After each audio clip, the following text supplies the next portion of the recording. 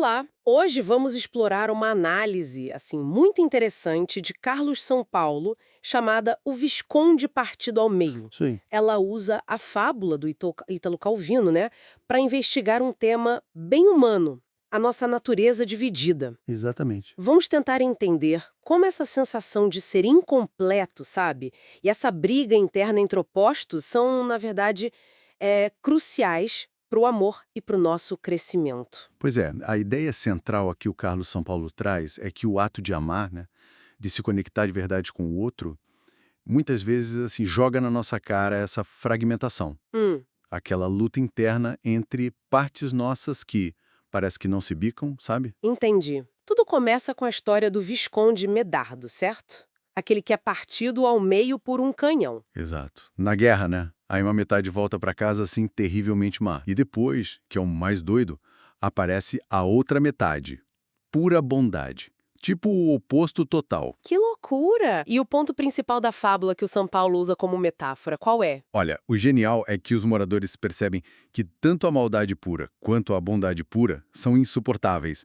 Desumanas, sabe? Ninguém aguenta os extremos. Faz sentido. E como isso se liga com a psicologia junguiana que a análise discute? Ah, essa é a chave. A fábula ilustra de um jeito perfeito a tal tensão dos opostos que o Jung descreveu, né? Como parte da nossa psique. A tensão dos opostos? É, e o Carlos São Paulo conecta isso com o conceito de sombra.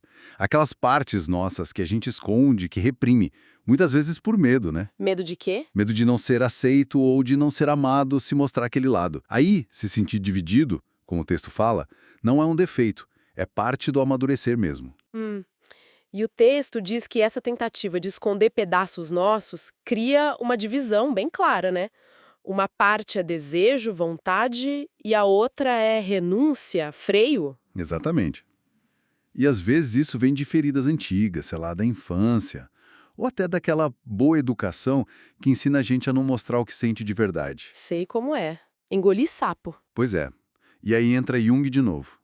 A análise do São Paulo lembra que quando a gente vive muito no extremo só, tipo super bonzinho ou super rebelde, o nosso inconsciente tenta dar um toque. Como assim um toque? Muitas vezes manda sinais, sabe? Em sonhos, ou até sintomas físicos ou dificuldades na vida. A psicologia analítica, então, não quer eliminar um lado. Não. Não.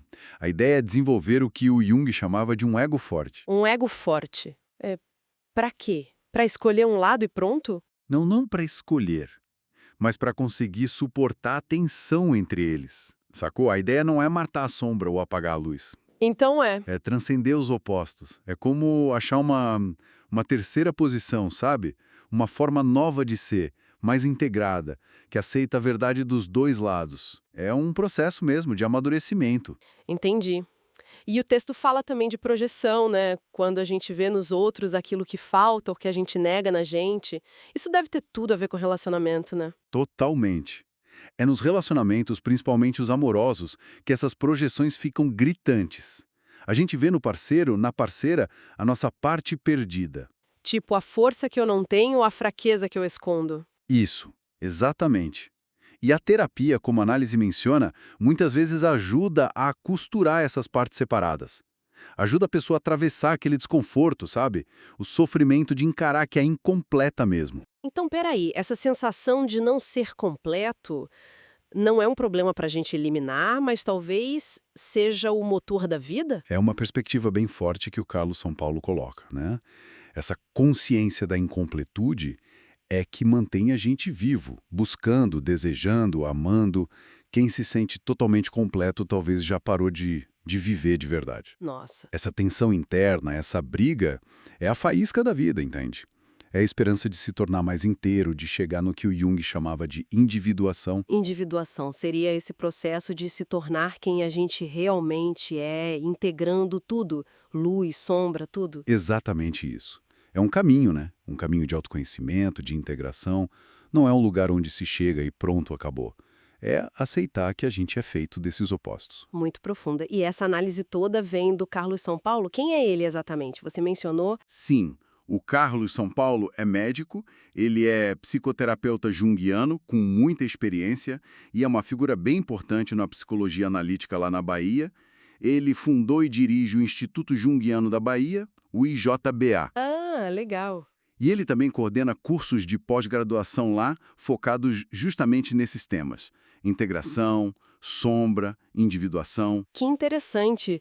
E para quem ficou curioso assim com essa abordagem, o Instituto lá da Bahia oferece formação, então. Sim, o IJBA tem especializações em psicoterapia analítica, também em psicossomática e teoria junguiana. Pelo que diz o material deles, não são só cursos teóricos, sabe? Propõem um mergulho mesmo num autoconhecimento, misturando ciência, arte, mitologia. Bacana. O site, para quem quiser ver mais detalhes, é o www.ijba.com.br. IJBA, de Instituto Junguiano da Bahia. Ótima dica, anotado aqui. Então, para a gente fechar, a mensagem principal dessa nossa conversa, baseada na análise, seria: abraçar essa nossa natureza dividida, essa incompletude, não é fraqueza, De jeito nenhum. é o caminho para relações mais reais, né? E para uma vida mais autêntica. Perfeito. E fica talvez uma pergunta para a gente pensar, né? Que a análise provoca. Se essa inteireza não é um estado final, mas esse processo constante de integrar os opostos, como é que a gente pode no dia a dia perceber e acolher melhor essa dança interna entre as nossas várias partes, sem querer eliminar nenhuma? Uma ótima reflexão para levar.